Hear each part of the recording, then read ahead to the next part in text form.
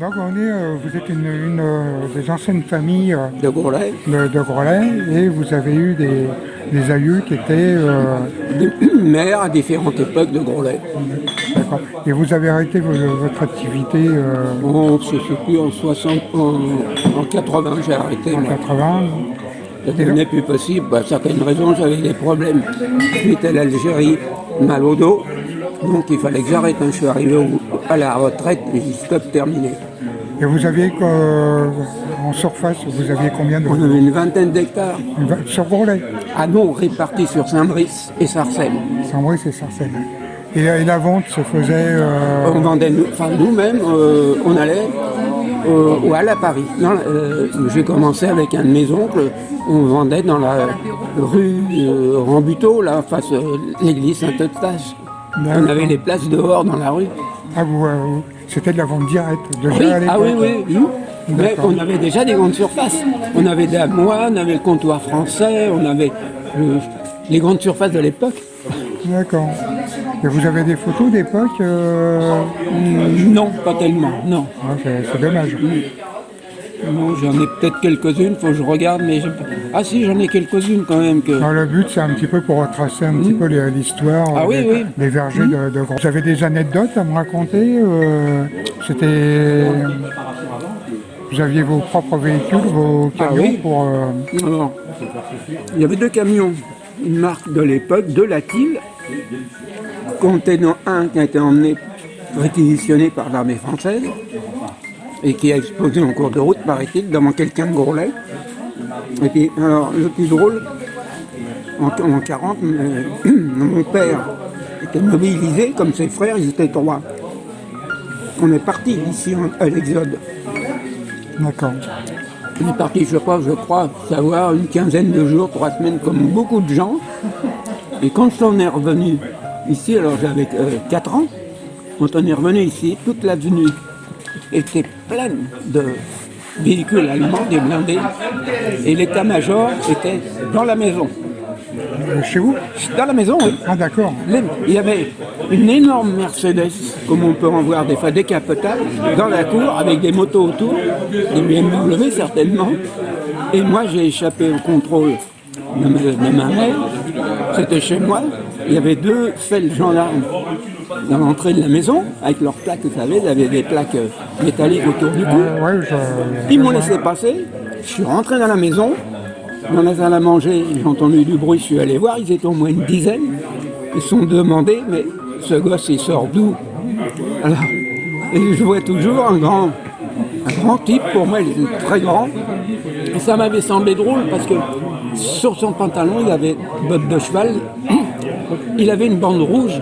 Je ne savais pas ce que c'était, un général qui commandait la division, qui venait s'installer à Montmorency. D'accord. Voilà.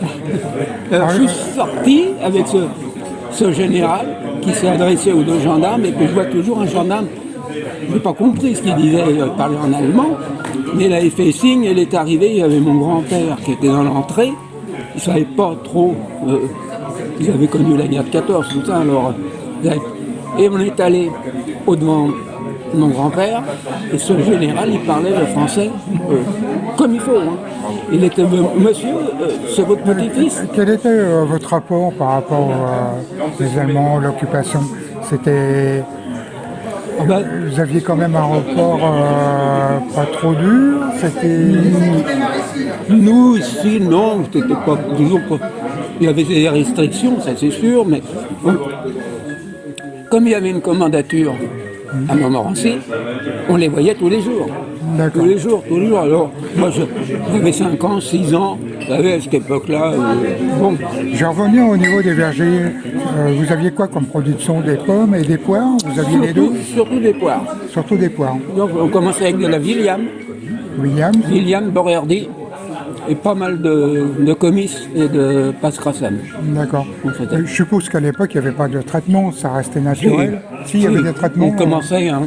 Oui, il y a eu une évolution à partir de 1946, que je peux me rappeler. Il y a eu une évolution rapide qui s'est mise en place sous la poussée des marchands de produits, des fabricants, comme Bayer et autres, employez ci, faites ça. Il fallait produire. et avoir des fruits beaux. Voilà. Alors, et les marchands de produits étaient là, sans s'en rendre compte, on rentrait dans l'engrenage. Vous aviez une production de, ça représentait en tonnes En tonnes, on tournait autour de 400-500 tonnes. à l'année? Oui. Oui, C'est énorme. Ici, à une époque, là, il y a l'équivalent de l'autre côté. Dans la chambre, là, on pouvait rentrer 4000 caisses. Ce qui faisait l'équivalent de 120 tonnes. L'autre côté, bon, la même chose, donc ça faisait 240 tonnes.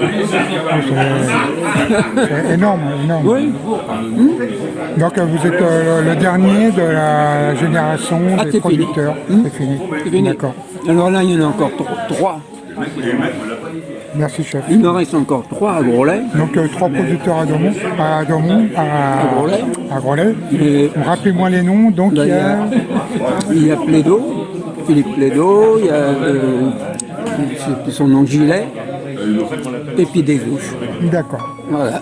Bah, des Jousses, hein, j'ai expliqué que je connais l'histoire. Ouais. Avec la famille Monod, ils ont inventé la poire des ouches. Ouais, ouais. Je vous remercie pour toutes ces explications. Juillet 40, les Allemands étaient là, ils étaient dans la rue, ici. Mais après, je me rappelle les avoir vus repasser en 44. Là, c'était pas pareil. Hein. Toute une après-midi, on était bloqués dans les caves. Ça flinguait à tout va, hein, en 44. Ouais, Avec les Leclerc qui étaient arrivés par Montmagny. Et au bout de la rue, là, il y avait des chars allemands. Alors, tant qu'ils ont eu, il y avait un char qui est resté. Et les types, ils étaient 3 ou 4, je pense. Je pense que tant qu'ils ont eu des munitions dedans, ils ont balancé ça partout. Et nous, on a pris un obus ici. Un obus d'un char, pareil, qui était resté en couverture, ce qu'on appelle sur la butte à Nézan. Et il y a un petit monument, il y a eu un jeune depuis. Et ce char, ils ont envoyé un obus qui est arrivé dans la maison. D'accord.